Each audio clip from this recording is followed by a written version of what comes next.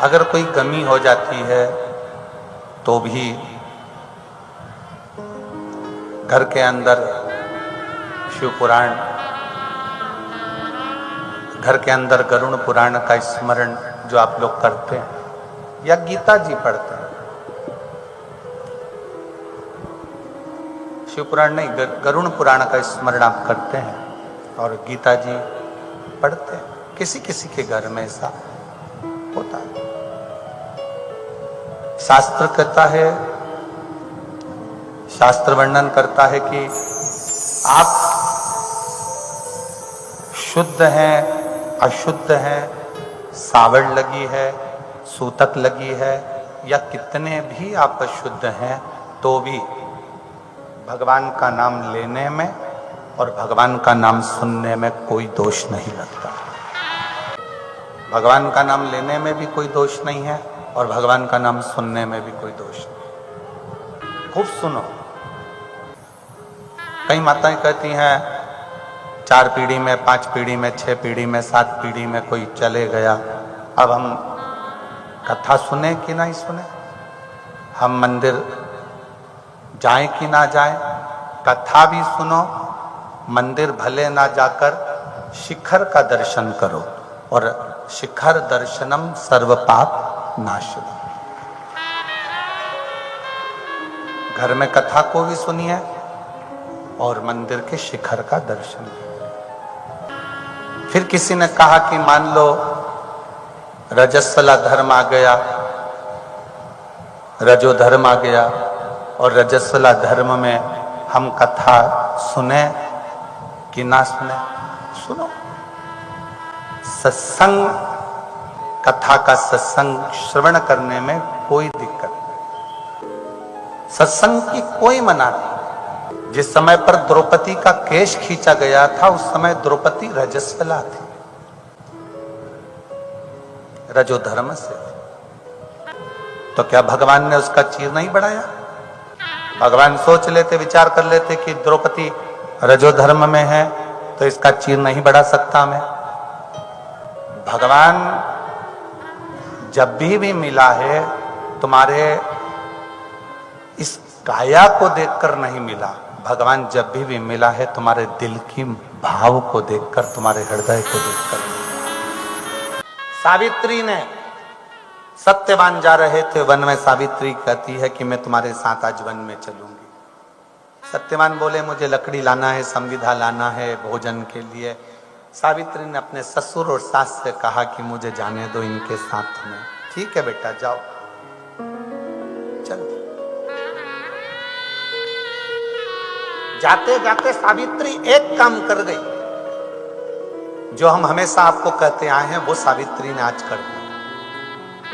अपने ससुर से वो शिवलिंग का दर्शन मांग लिया कि जो शिवलिंग आपके पास में रखा है उसका एक बार दर्शन कर।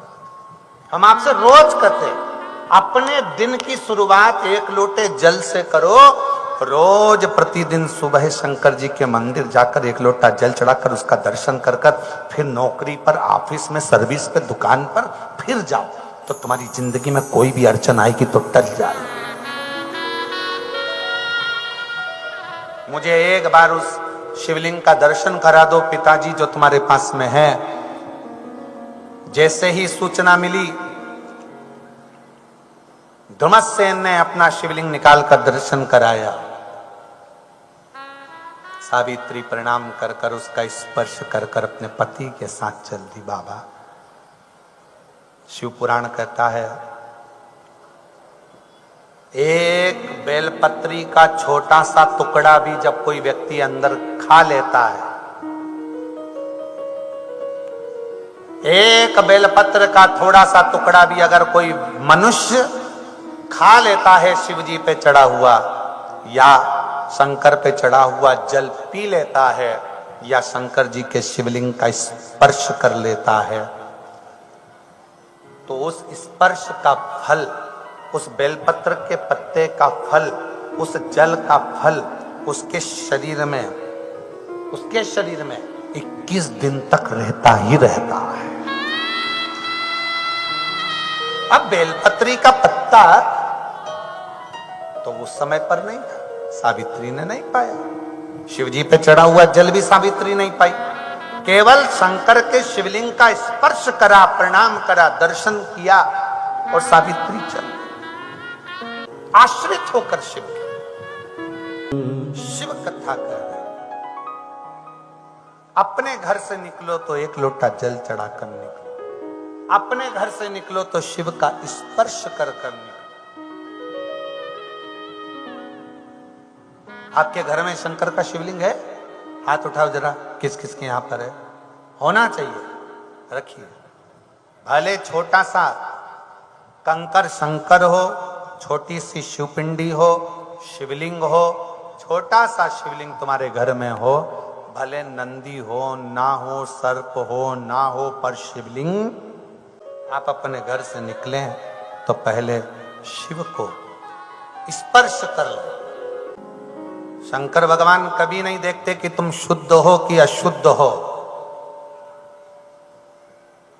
हाँ, इतना जरूर याद रखिए, रजो धर्म का समय हो तब शिवालय नहीं जाना, शंकर का स्पर्श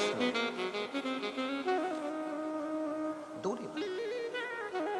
कथा सुनो, नाम जाप स्मरण करो, शिव को याद करो, राम को याद करो, कृष्ण को याद करो, उसका भजन करो, कीर्तन करो, मंत्र जाप करो, कथा स्मरण करो, ये सब चलेगा। पर रजो धर्म के समय पर भगवान शंकर का शिवलिंग का स्पर्श नहीं करना, देवता का स्पर्श। घर में बच्चे ने जन्म ले लिया, सावड़ लग गई, कोई पीढ़ी दर पीढ़ी में चला गया, सूतक लग गई, तो भी भगवान की कथा, भजन, कीर्तन, मंत्र जाप कर सकते, स्मरण कर सकते, उसमें कोई। मंदिर नहीं जा सकते, मत जाओ।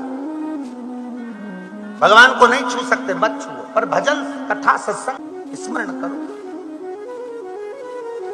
उसको नहीं छू।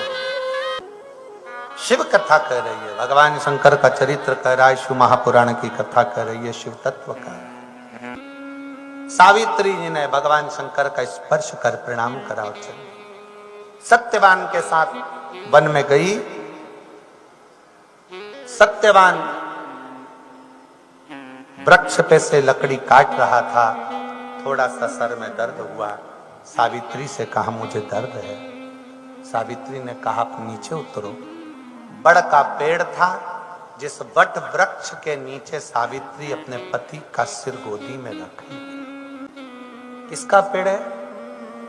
जम के बोलो जरा, कौन सा वृक्ष?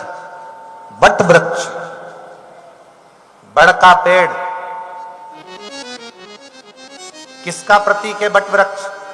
विश्वास का प्रतीक है वट वृक्ष। जब मन में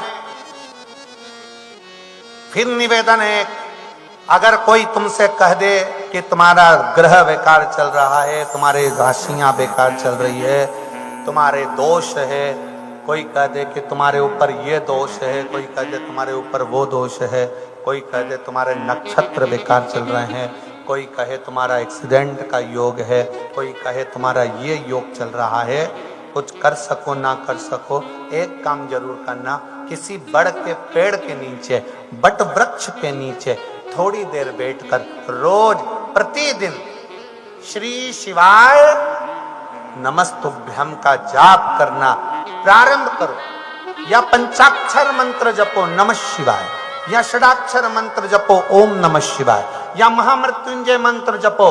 पर शंकर का नाम अगर बट वृक्ष की छांव में बैठकर किया जाता है तो अकाल मृत्यु भी टल जाती है। और जब हम बट वृक्ष की छांव में बैठकर भगवान का भजन करते हैं तो शिव तत्व हमारे ऊपर कृपा करता है, करता ही है। शंकर की कथा कह रही है, शिव पुराण कहती है, सावित्री पति का सिर गोद में रखकर बैठ गई। बड़ का पेड़ विश्वास का प्रतीक है। बट वृक्ष की छांव में जब तुम्हें लगे कि ग्रह बेकार चल रहे हो, कोई कष्ट आने वाला है, कोई दुख बहुत तेज आ गया, कोई तकलीफ ज्यादा आ गई, तो बड़ के पेड़ के नीचे बट वृक्ष की छांव में बैठकर श्री शिवाय नमस्तुभ्यम जपना। और वट वृक्ष की छांव में बैठकर जपा गया भजन किया गया जीवन का सुख प्रदान करो। शिव नाम जपिए। श्री शिवाय नमस्तुभ्यं। श्री शिवाय नमस्तुभ्यं।